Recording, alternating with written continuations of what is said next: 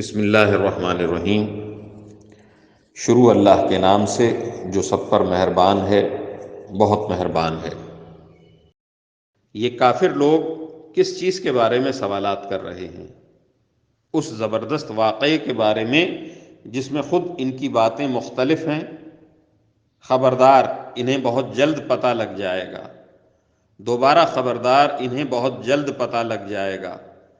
کیا ہم نے زمین کو ایک بچھونا نہیں بنایا اور پہاڑوں کو زمین میں گڑی ہوئی میخیں، اور تمہیں مرد و عورت کے جوڑوں کی شکل میں ہم نے پیدا کیا، اور تمہاری نیند کو تھکن دور کرنے کا ذریعہ ہم نے بنایا، اور رات کو پردے کا سبب ہم نے بنایا، اور دن کو روزی حاصل کرنے کا وقت ہم نے قرار دیا، اور ہم نے ہی تمہارے اوپر 7 مضبوط وجود آسمان تعمیر کیے، اور ہم نے ہی ایک دہکتا ہوا چراغ سورج پیدا کیا، اور ہم نے ہی بھرے ہوئے بادلوں سے موسلا دھار پانی برسایا تاکہ اس سے غلہ اور دوسری سبزیاں اگائیں، اور گھنے باغات بھی۔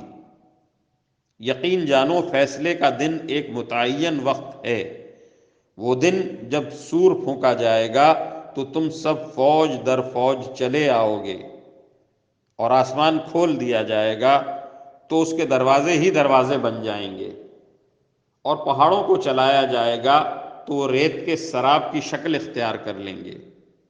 یقین جانو جہنم گھات لگائے بیٹھی ہے اور سرکشوں کا ٹھکانہ ہے، جس میں وہ مدتوں اس طرح رہیں گے کہ اس میں نہ وہ کسی ٹھنڈک کا مزہ چکھیں گے اور نہ کسی پینے کے قابل چیز کا، سوائے گرم پانی اور پیپ لہو کے، اور ان کا پورا پورا بدلہ ہوگا۔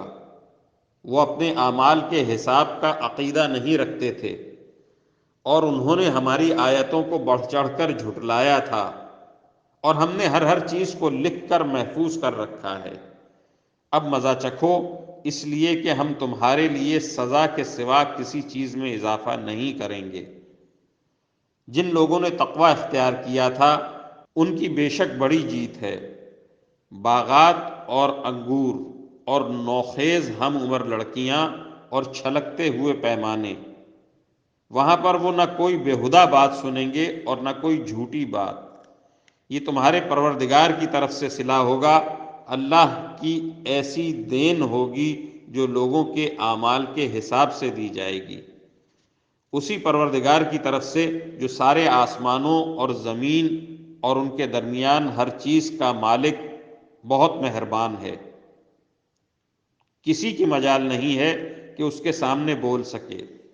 جس دن ساری روحیں اور فرشتے قطاریں بنا کر کھڑے ہوں گے، اس دن سوائے اس کے کوئی نہیں بول سکے گا جسے خدائے رحمان نے اجازت دی ہو، اور وہ بات بھی ٹھیک کہے۔ وہ دن ہے جو برحق ہے۔ اب جو چاہے وہ اپنے پروردگار کے پاس ٹھکانہ بنا رکھے۔